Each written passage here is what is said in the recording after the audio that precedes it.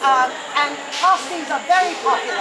Now, they're even popular with the wealthy. The wealthy would put in some of those rich meats and fancy foreign cheeses.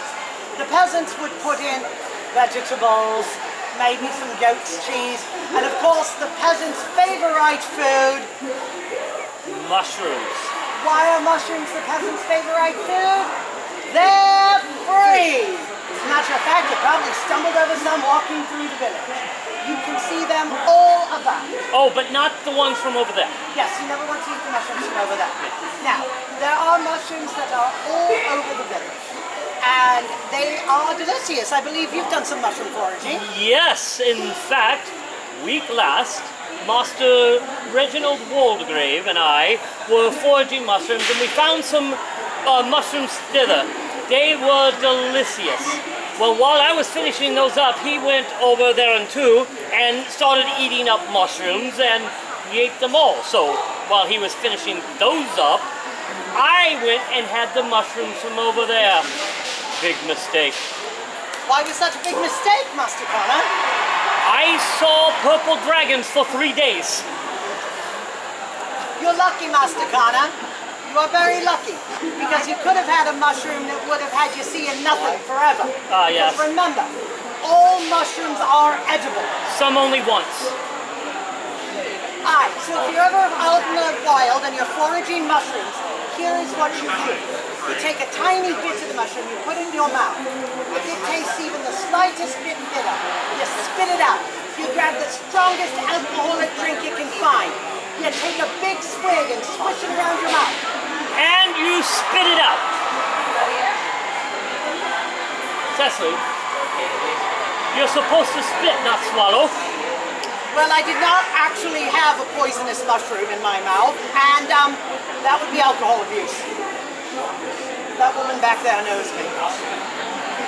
Appreciate you having me back there.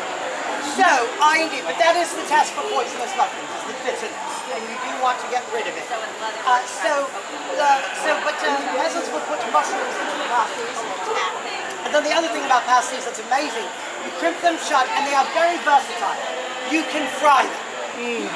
You can boil them. You can bake them. And every country has something like this that your peasants can take with them to go into the fields or to work in a shop.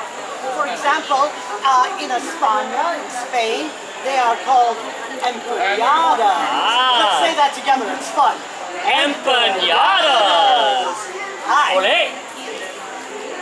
In the Orient, they have what is called shumai. Ooh, I like that. Let's say that together. Everybody? Shumai! Aye. And in the land of the Hussars, where the Poles do live, they have something called pierogies. Ah, yes. Everybody together. Pierogies. You know, I have heard they even have them in the New World. Really? Yes.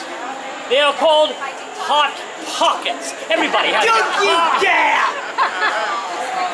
That doesn't even sound appetizing. Indeed. So that would be your second meal if you were a peasant. Now your third meal would be more pottage. If you were lucky, maybe with some meat that you had gotten as a gift from a noble that you could throw in there. Maybe some eggs. If you have chickens, you're probably not putting the chicken in there because you can only eat the chicken once. And like the mushroom. But the eggs you can get over and over again. I see. You can put them again. So that is the first thing that decides what you eat. It's how much money you make.